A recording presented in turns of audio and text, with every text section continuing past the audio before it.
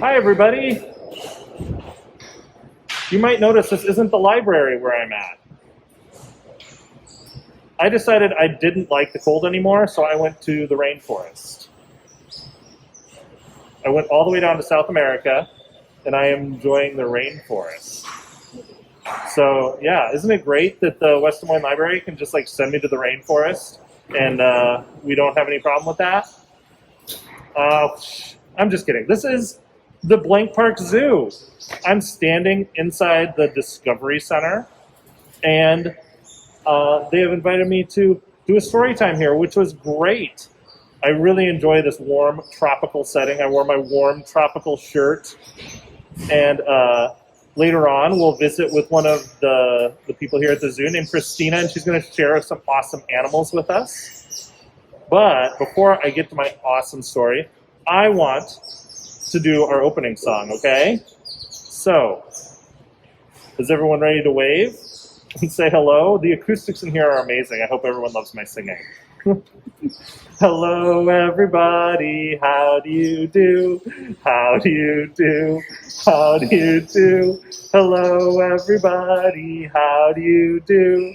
How are you today? What should we do now? Let's roll our hands. Can everyone roll their hands forward? Can you roll your hands backwards? Okay, let's roll our hands. Hello, everybody. Roll your hands. Roll your hands. Roll your hands. Hello, everybody. Roll your hands. Roll your hands today. Let's see. Let's do one more thing. We always have to clap. I forgot to clap. Why didn't you tell me? Let's clap our hands. Hello, everybody. Clap your hands. Clap your hands. Clap your hands. Hello, everybody. Clap your hands. Clap your hands today. All right. Now, I have a great story for you. It's called Watch Out, Big Bro's Coming, and it's set in a rainforest. If you've been to my story time before, you will know that this is one of my favorite stories. It's by Jez Alborough, and it's published by Candlewick Press.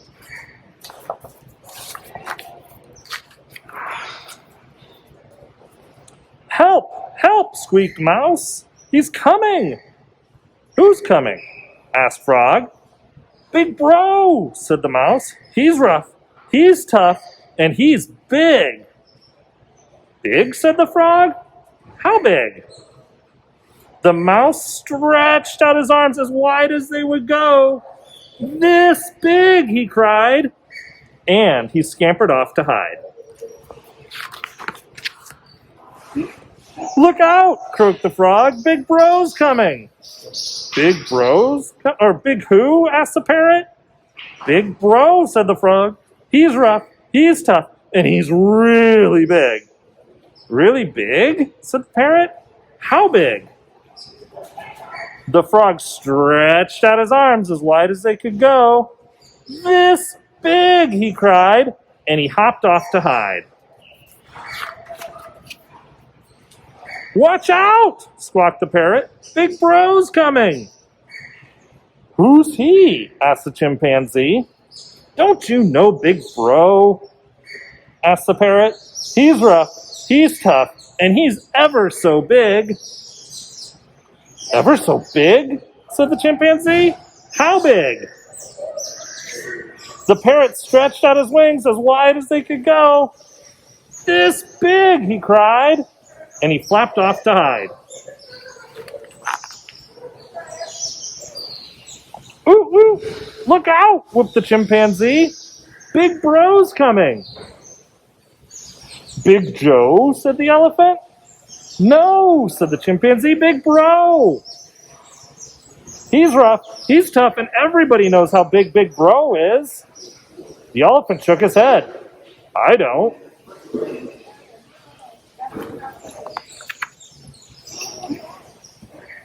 The Chimpanzee stretched out his arms as wide as they could go. This big, he cried. That big? Gulped the elephant. Let's hide. So there they all were, hiding and waiting, waiting and hiding. Where is he? Sassed the elephant. Shoosh, said the chimpanzee. I don't know. Why don't you creep out and take a look around, whispered the elephant. Not me, said the chimpanzee. Not me, said the parrot. Not me, said the frog. All right, said the mouse. Since you're all so frightened, I'll go. The mouse tiptoed out from his hiding place ever so slowly. He looked this way and that way to see if he could see Big Bro. And then, he's coming! Shrieked the mouse. Hide!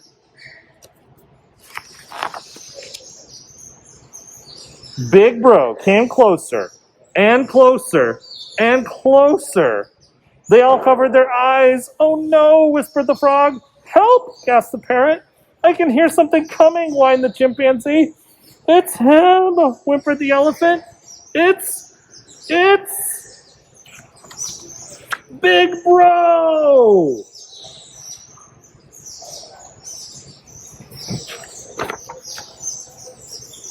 Is that Big Bro? Asked the frog. He's tiny, said the parrot. Teeny weeny, said the chimpanzee. He's a mouse, said the elephant.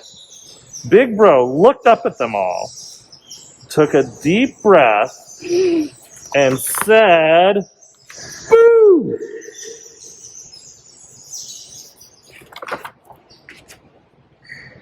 Come on, little bro, said Big Bro. Mom wants you back at home, now.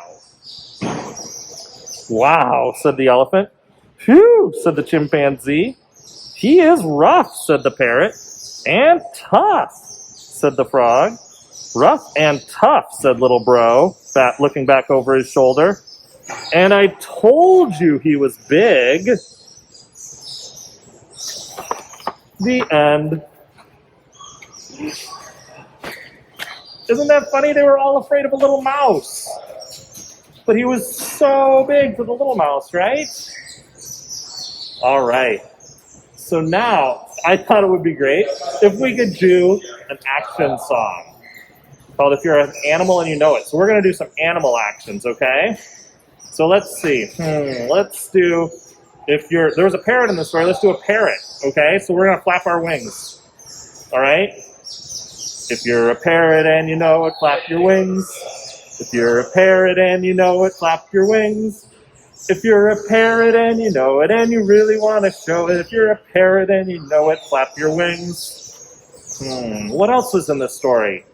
What other animals? Oh, there was a frog, right? Jumping up and down is always great. Are you ready to jump up and down? Floor's wet. I'm going to hopefully not slip and fall. That would be just wonderful if I did. Are you ready? If you're a frog and you know it, jump up and down. If you're a frog and you know it, jump up and down. If you're a frog and you know it and you really want to show it, if you're a frog and you know it, jump up and down. What else could we do? Let's see. Something that's in the jungle is a tiger, right? Should we roar? Should we give a roar? Let's give a roar. If you're a tiger and you know it, give a roar. Roar! If you're a tiger and you know it, give a roar. Roar! If you're a tiger and you know it, and you really want to show it, if you're a tiger and you know it, give a roar. Give your biggest, loudest roar. Roar! Oh man, that was really great. So, like I said, we have a special guest with us. So, we're going to change locations and we're going to meet some fun animals from the zoo with Christina.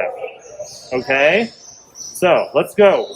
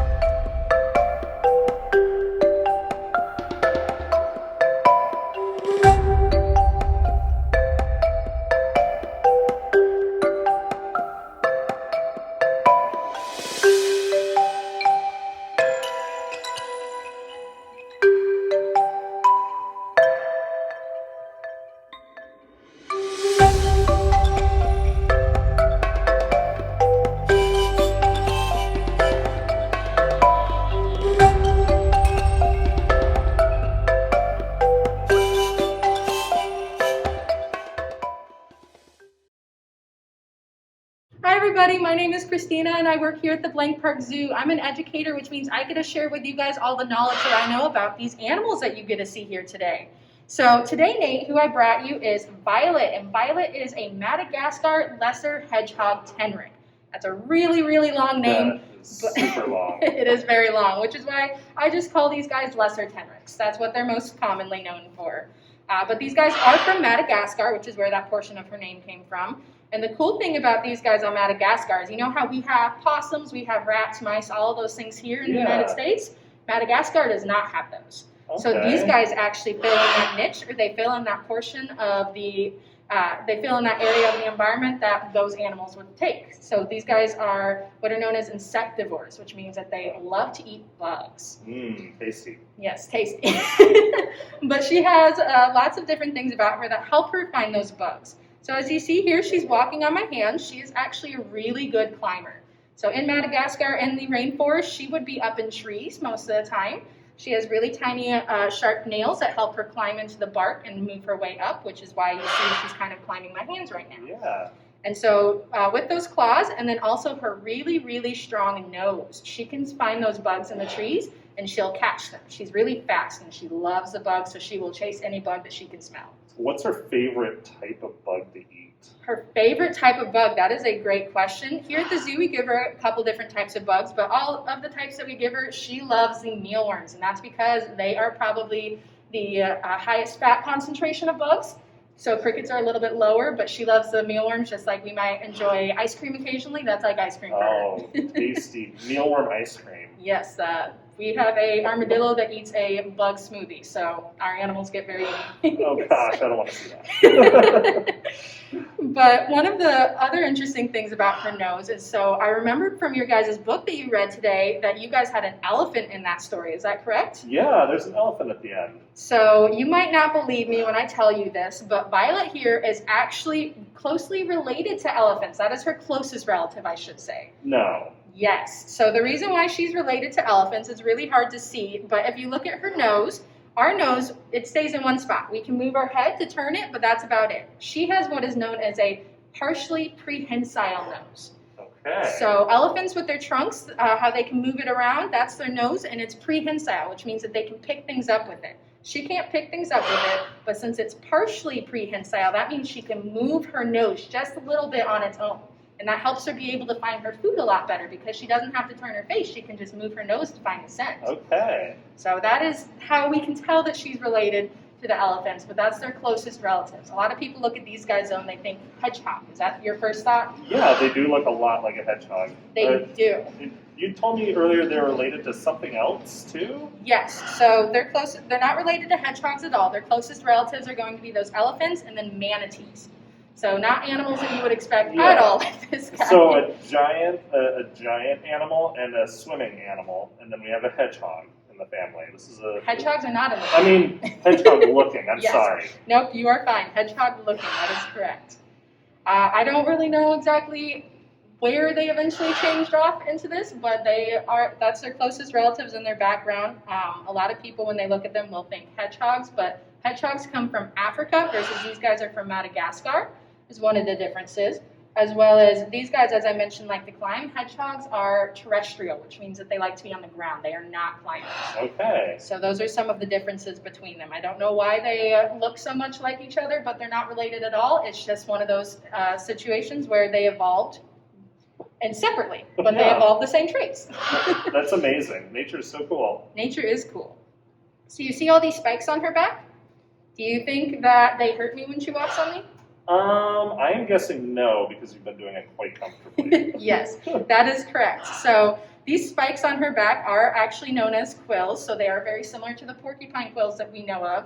The biggest difference is tenrics and hedgehog quills are just pointy. So they're kind of like if you touch a toothpick, where they're pointy and they can't hurt you if you put enough pressure, and that is it is a defense for them, so it is the way that they protect themselves, but it's not going to be like a porcupine quill that has a hook on the end. Oh, okay. So I can touch her quills and nothing comes off on me, versus if I were to touch Leo or Oscar, any of our porcupines here at the zoo. Leo and Oscar. Yep, Leo and Oscar. They're great. They're our North American porcupine and our prehensile tail porcupine. If I were to touch their quills, they would come off in me because of the little, because of the little hook on the top of their quill that's meant to catch things. Okay, so like a burr, like if you get a burr on your pants, Yes. they have little hooks? Yep, they do have little hooks, and their quills, they have so many of them on them, their quills are meant as soon as something hits that hook, it releases from the body. Oh, wow.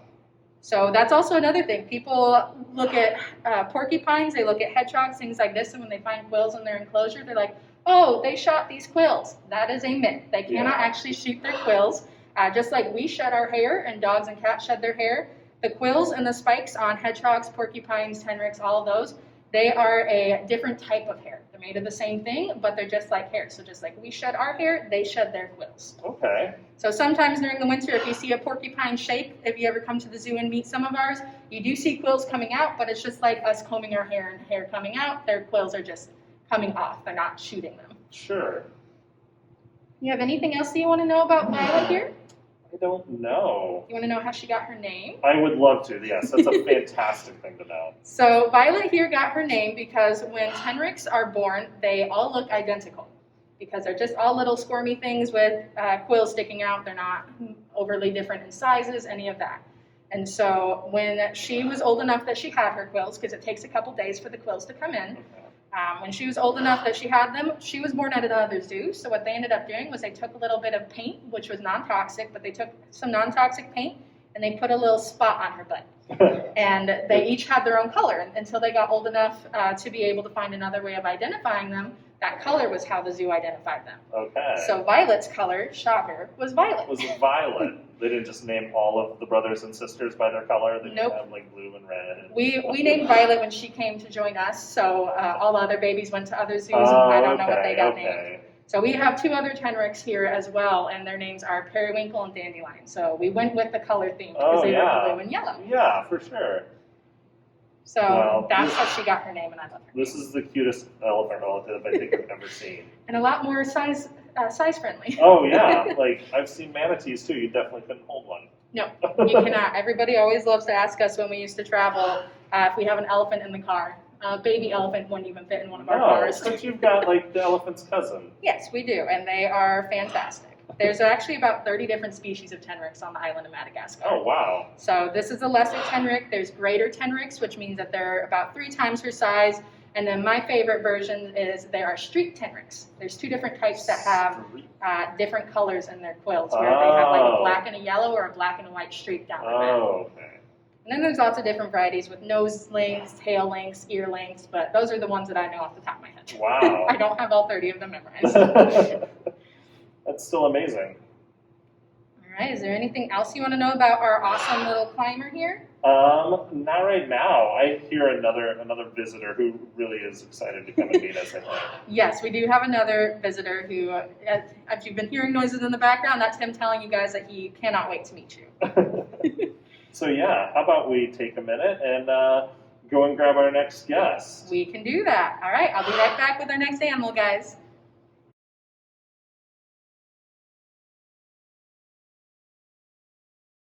Hi, everybody. That's Ambora saying hi as well. So we have our second animal here, and as you see, he is a bird. Specifically, he is what is known as a blue and gold or blue and yellow macaw. So these guys would be found in South America versus our last friend, Violet. She was from Madagascar. But they're both forest animals. And you'll hear him talking a little bit. He likes to mumble while we do our programs. He also just likes to talk because that's his happy voice. So you'll probably hear him talk while I go over some fun things about him, but that's okay. Do you have any questions right off the bat before I get going? Not that I can think of. All right. So Amboro here is pretty cool. He's been with us at the zoo for a very long time. He is actually 28 years old. This bird is older than I am, and he can still keep going. He has a long life ahead of him. Macaws can live in their 80s, so before we got him, he was somebody's pet, but they got him when they were a little bit older, and they actually ended up passing away. That actually happens to these birds a lot, where people get them as pets, not realizing how long they live, and then what ends up happening is they have to will their bird to somebody else in the end, which is how we got him at the zoo. And that's just one of the important things to realize when it comes to animals. You need to do your research because he is beautiful, he's really cool, he's very smart, but he can live a long time, and that causes problems occasionally. The other fun thing about macaws is they are extremely smart. So their brain is actually can actually go to the capacity of a 2-year-old, which you don't think is very much, but that means that he can learn behaviors. He can learn different words by mimicking us, all of these fun different things. But just like 2-year-olds have little temper tantrums, so can these guys. So he has a great personality where he chooses those that he really likes here at the zoo. Me being one of his trainers, I am one of those that he likes, thankfully, which is a good thing because you see this beak that he's using to chew up his food? Their beak is very, very strong. So macaws actually have the strongest beak in the world where they can actually break a Brazilian nut, which is the hardest nut in the world. They can open that up. So they have that very powerful beak, which is how they eat their food in the wild. They are fruit eaters or nut and seed eaters, and so what they do is, as you see, he takes stuff into his mouth, and since he's giving you a side view, you might actually be able to see it. Yeah. He has a bone in his tongue, which he uses to push up against his beak, and that's how he actually will break up that food and is he kind of like rubbing it against the underside of his beak? Correct. There's like a little ledge. Yep, his beak, the way his beak is formed is he has that point on the front, but then as Nate mentioned, he has kind of like a little ledge, and he'll push that tongue up against that ledge, which is where he can kind of crush it in a sense, because that bone allows him to push it up against his beak and squish it. So he's like squishing the food kind of like we would use our teeth to squish food. Like he doesn't have teeth, he just has the beak. So he uses his tongue and his beak to squish the food up in there. And then, is that also how he would break the nuts? Yes, kind of. The nut he would hold in his foot, and he would break it off with that bottom portion of his beak, which is kind of like our incisors and our front teeth meant for breaking things. Sure. And then he'll use his tongue to kind of push it up into small enough pieces for him to eat. Okay. So if you look at the way he's eating, do you think he's going to be a messy eater?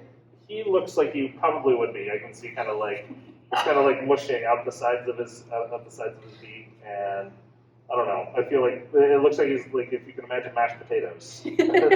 That's a very good description. So yes, Amboro is a very messy eater. All macaws and parrots actually are, which is why in the wild, especially in forests, these guys are actually known as seed dispersers. Because if you think about it, if he were to get a fruit or something with seeds and he's sitting there and squishing it up against his beak, any seeds are probably going to squish out the side and fall to the ground. Sure. And so that is how these guys in the wild are very helpful for the forest, because they will spread the seeds throughout the forest, which allows for the plant to be able to get new babies out throughout the forest and keep the forest nice and healthy. So these guys are very important. As you see, he's already dropping food here. He's trying to grow his own forest. All right, so a couple other things about Amboro. So as you see here, he's sitting. All right, I can do that. High five. Good. There you go. The way he's sitting is he has his feet kind of left onto that branch. And these guys have really cool feet. They actually have zygodactyl feet. That's a really big word, but it's a really fun word. And what it means to be zygodactyl is that you have 2 toes on either side. So I can't really actually show that, but he has 2 toes in the front and 2 toes in the back. And most parrots and macaws do have that because that actually helps him hold on in the trees, because he sleeps like this. He doesn't lay down like we do. Yeah. So he has to be able to make sure that he is going to stay up in the tree and be able to be nice and comfortable up in that tree when he's sleeping. So what happens is, you see how he's kind of sitting down on his haunches right now? He's kind of leaning back a little bit. When macaws do that, they actually kind of lock themselves in. So when he sits back, his feet are going to lock into the position that they're on, and then that would be how he would sleep. And once he wakes up, he kind of stands up a little bit, and that unlocks him in a sense. So that's how he's able to sleep in a tree, versus if we slept in a tree, we'd probably want to tie ourselves down. Oh, yeah. I roll. That would be a very bad idea. Do you have any questions that you want to know about Amboro? Was he named Amboro when you got him? You told us about Violet's name. He was not named Amboro when we got him. I actually don't know his original name. He's been with us since he was probably about 3 years old, so he's been with us for a very long time. But his name beforehand was not Amboro. I don't know where we got the name Amboro, but we don't have all of those things hidden. And like I said, he's older than me, so he's been here way longer than I have. His history kind of gets lost. Oh yeah, I can tell. But he does love, I do know one thing about him before we got him, is he loved the Andy Griffin theme song. Okay. That was his favorite thing, and if you start playing it, he'll start dancing. No, I wish we had it. He loves to dance, and so that's actually one of the things when we are learning to train with him and socializing with him, because they're a very social bird. He, in the wild, would have a flock of hundreds. Since he doesn't have a flock of hundreds here, we are his socialization. We're his friends basically, and so when we're trying to get him used to us when we start training, we go in and do things like giving him food, like you've seen me do here with his pellets, and I put some of his food, but that's okay. He doesn't like green. It's like a trial ballet sometimes. But one of the other things that we do is we just want to go in and socialize. So we'll occasionally like go in with some music and dance, and he'll join in. He's a little shy sometimes, as well as I don't have music. He likes to only dance to music, of course. Oh, well, yeah. If you're gonna dance, you gotta have music, right? Exactly. But yeah, so that's some of the things that he loves to do. He loves to dance. He'll nod his head to it. He loves to occasionally play peekaboo, where he'll like, straighten up and then go down. And then straighten up, and he'll do that. Those are some of the fun little games that he likes to do. Yes. Yep, there you go. There's the head nod a little bit. You want to see? You want to see if he'll do some of those behaviors that he's like? Yeah, sure. Yeah, definitely. I would like to see some of his tricks or behaviors. I don't know if they're called tricks. We call them behaviors here because a lot of the behaviors that we train for are actually for medical reasons. So some of the things like eagle. See if he'll do it. No. Eagle. Good. So something like that would be so the vets can see his wings and make sure that everything's okay. Another one, high five. Good. Is so that they can make sure that his claws and his feet are nice and healthy, that he doesn't have any sores on them. So all the training that we do at the zoo is meant for medical reasons, but then also we have some that he just picks up on his own. Like, are you a pirate? Good. So he picks up some stuff on his own. It actually takes him 50 times hearing it the same way to be able to mimic us. Okay. So a lot of people think when they hear things like, "Can you say hello? Can you say hello?" Good. A lot of times when people hear stuff like that, they think that he's talking to us. He's not talking, he's mimicking. And that's because he hears it repeatedly. So one of my favorite things about him is I worked as a seasonal staff before I came on full-time. And when I worked as a seasonal staff, one of the birds I worked with was Errol, which he lives in the same room as Amboro. And so I'd go in and I'd talk to Errol and I'd say hi to him. Well, Amboro heard me say that enough times that he actually picked up Errol. So he'll occasionally say, "Hi, Errol." Not that it's one of the behaviors we've taught him, but it's just something that he's picked up. Okay, yeah, so it's like a, he's responding to the things that you've done over and over again. Exactly. And you can tell which of the trainers go in based off of his voice sometimes. I'm not really into being high-pitched and squeaky. One of our other trainers goes in and she'll do the baby voice to him, and he loves it and thinks that it's great. So he has different reactions to all of us different trainers, too, because he understands the way that we train and the different things that we do. Yeah, are you having fun? You want to turn so they can see your feathers? Turn? No. So all behaviors are choice. He can decide whether he wants to do it or not. So that's just some of the fun things of working with an animal that is this intelligent, this smart. And you have to figure out how to work with that. Yep. It's just like we're training our dog at home. Yep. We'll definitely just decide not to do things. And he complains when we ask him to lay on the hard floor. And I have an old dog at home. She gives me the little grumbles when she lays down. So I completely understand that. I don't know. I'm feeling like maybe what is something like really funny and unexpected that Errol or Amboro has done for you? Let's see. Funny and unexpected. One of my favorite things, if you saw when I was bringing him out, I kind of lifted my arm up and forth, so he can't actually fly. If birds don't learn how to fly by 2 years old, they don't actually get the muscles to be able to do it, and they probably won't be able to learn as an adult. It's just muscle memory, and when they can't get that when they're young, they can't fly. So due to that, Amboro really likes it when we do things like going up and down, because he's like, oh, it's kind of like him fly. Yeah. And so he lets out this really high-pitched squeal when we do it, and it's probably the most adorable thing that he ever does. When we were closed for COVID as well, we did what a lot of the other zoos did, where we took some of the animals out throughout the zoo to see other animals. Okay. And so we took him on a wagon, and while we were walking on the wagon, he's like, hey, it's like I'm flying. And he opened his wings, and he had so much fun just sitting there with his wings open, pretending he's flying. Did he have a favorite animal to visit while you were closed? He does. He really likes Houdini, which is our male eclectic parrot. He's over in the Australia exhibit. Okay. And Houdini actually got excited a couple times when we would go over and see him, and he would make kissy noises at Amboro. And that's his way of saying, hi, I see you and I like you. That's so cute. So Houdini was his favorite to visit this summer.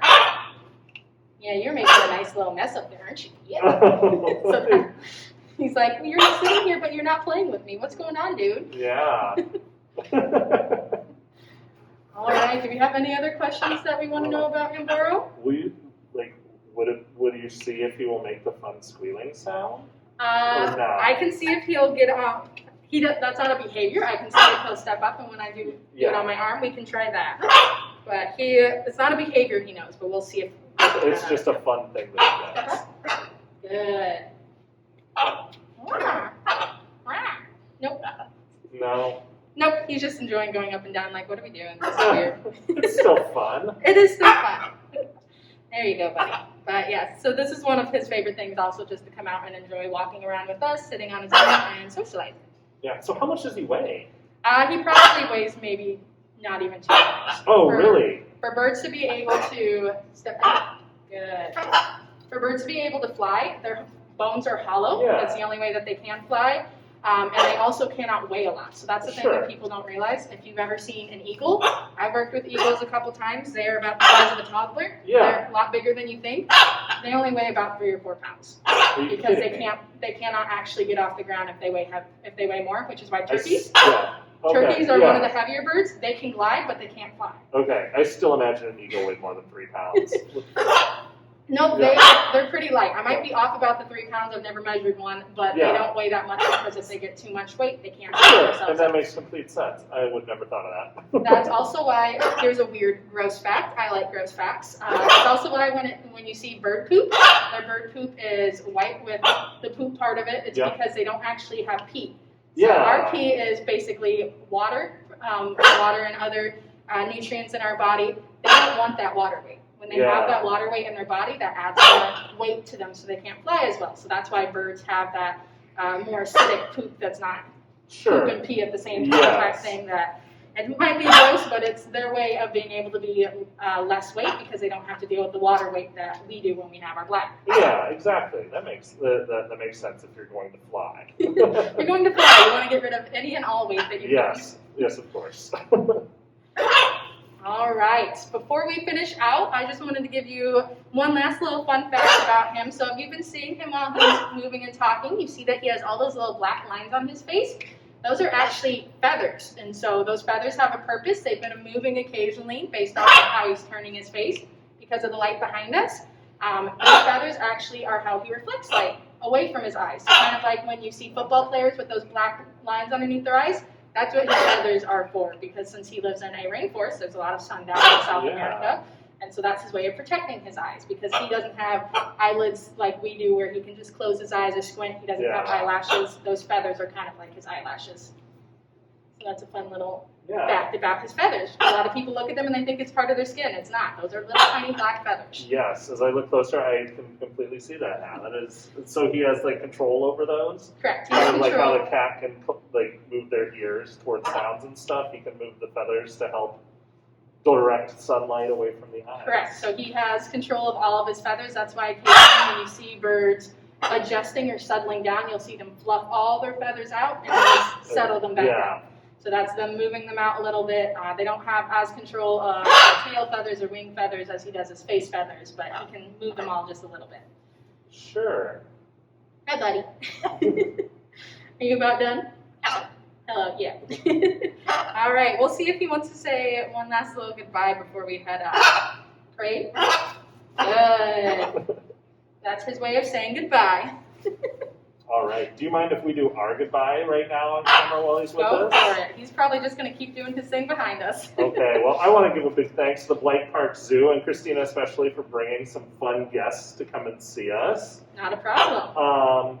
Remember to sign up for our story times next month and check out all the great things we have on our calendar. Check out our new website and look at all the great things we have on offer there. So now let's sing our goodbye song. And I'm probably hoping too much that he might dance with us, but I'm going to sing the goodbye song. Now it's time to say goodbye, say goodbye, say goodbye. Now it's time to say goodbye. I'll see you all next time. Bye, everybody. Good. Bye. Bye.